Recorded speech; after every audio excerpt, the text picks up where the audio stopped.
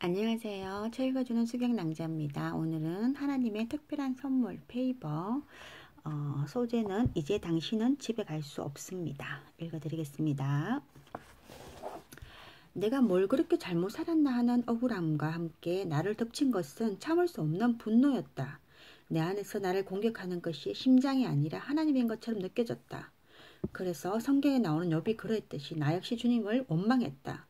욥은 중동 지역에서 가장 부유한 사람이었다.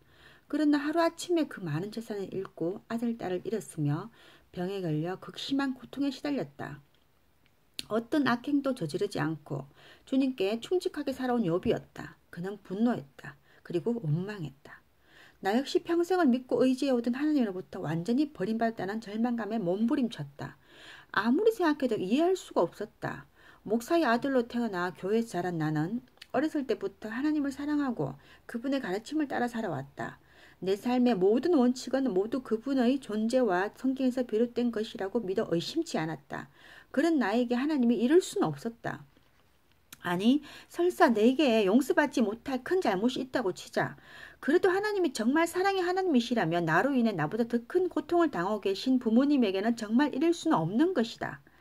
이민을 오기 전 어린 시절에 나는 5, 6도가 바라다 보이는 부산 용호동에 살았다. 그 시절 용호동은 한센병 환자들의 마을이었다. 저주받은 병으로 알려진 한센병에 옮을까봐 사람들은 근처에 얼씬도 하지 않았다. 하지만 아버지는 세상 사람으로부터 버림받은 이곳 용호동에서 한센병 환자들을 위해 목회를 시작하셨다. 그렇게 7년을 한 뒤에 사역을 마치려고 하실 때쯤 이번에는 어머니가 다시 7년을 더 하시겠다고 결심하셨다. 첫 7년은 아버지 때문에 마지못해 따라와서 마음도 없이 이들과 함께 했으니 이제부터는 당신의 의지로 그들을 섬기겠다면서 그곳에 남겠다고 하신 것이다. 그 바람에 우리 형제는 용호동에 살면서 초등학교를 다녀야 했다.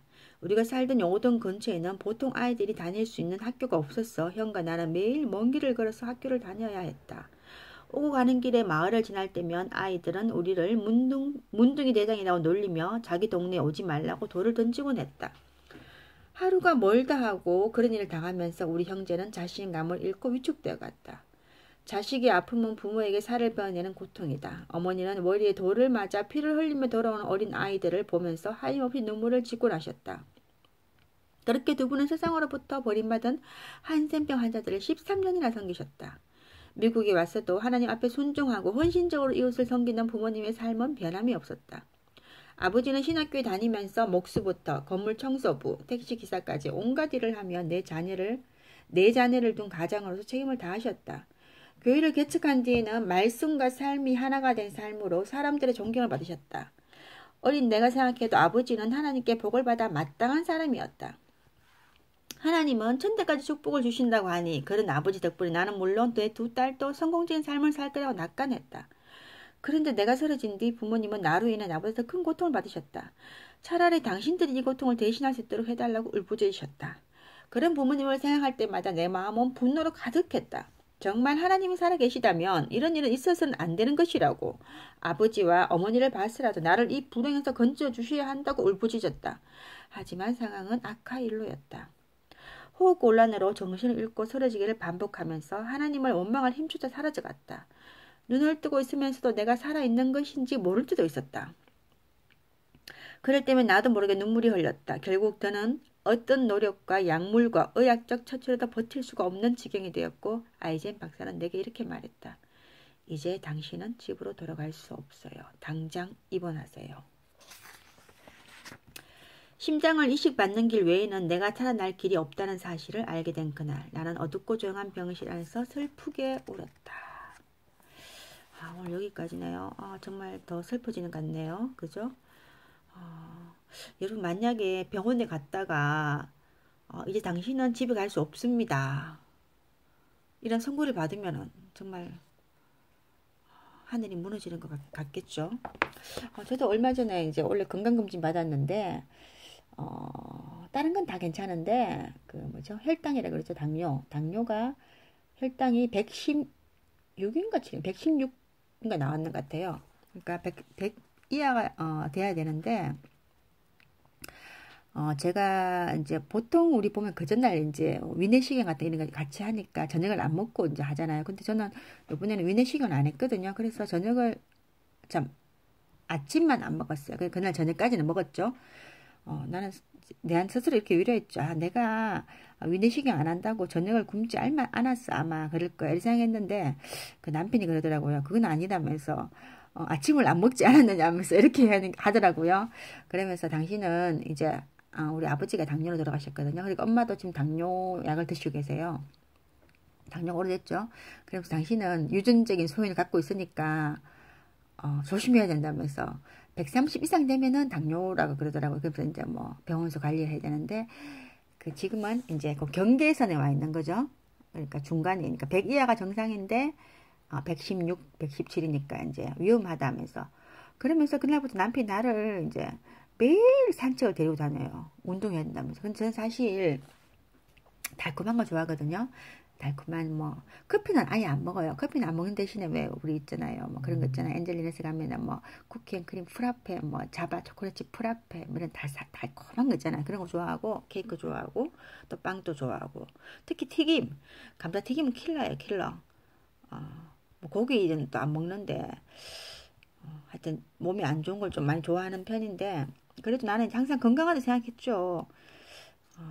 그런데 이제 사실 또 뭐 당뇨병이랑 진단 받은 건 아니니까 저는 사실 별로 뭐 그닥 있잖아요. 사실 뭐 제가 좀 원래 좀 낙관적이거든요. 낙천적이고 그래서 그런지 뭐 그렇게 나올 때도 있지 뭐 이렇게 생각하는데 남편이 막 겁주면서 그러니까 뭐 사실 나이가 50 넘어서 이렇게 하면서 수경량 이제 나이가 밝혀지는군요. 이제 50이 넘었으니까 이제 조심해야 된다면서. 그래서 이제 산책을 나가 보면은 그렇더라고요. 산책 나온 사람들 중에는 물론 건강한 사람도 있겠지만 이제 건강에 어떤 적신호가 켜졌어 이제 열심히 이제 운동하고 산책하는 게 사람들이 더 많은 것 같더라고요. 그래서 느낀 게 뭐냐면은 우리가 건강할 때 건강을 지키는 게 제일 좋다는 건 사실 교과서적인 이야기잖아요. 근데 사람들이 건강할 때는 건강을 생각하지 않아요. 조금 몸에 이상이 오면 그때부터 열심히 이제 건강을 생각하는 거죠. 근데 어떤 사람은 더 연구한 사람들이 있어요. 제 주위에도 있는데 어떤 뭐 당뇨가 있는데도 불구하고 술 먹고 뭐 먹을 거 다 먹고 뭐 맛있는 거 먹고 과식하고 살 뺄 생각은 이런 사람도 있더라고요. 그리고 또 제가 너무 충격받은 일 하나가 제가 아는 분이 오랜만에 우연히 이제 어디 이제 뭐 축제장에서 만났어요. 뭐 축제하는 데서 만났는데 휠체어를 타고 오셨더라고요. 그래서 내가 깜짝 놀래갖고 어떻게 이렇게 휠체어 타고 오시나니까 사실 자기가 당뇨가 있었는데 신경 안 썼다는 거예요. 그래서 처음에는 발가락 하나가 이제 썩어서 치료를 받았대요. 그 다음에 두 개가 썩었대요. 그것도 치료를 받았대요. 잘 안 낫는다 하더라 당뇨가요. 근데 그 다음에는 이제 세 번째 이제 또 발이 질환이 왔는데 낫지 않아서 그게 이제 썩어 들어가는 거죠. 피가 안 통하니까. 그래서 무릎 아래를 잘라내고 의족을 하고 휠체어 타고 싶더라고요. 그래서 제가 깜짝 놀랐어요.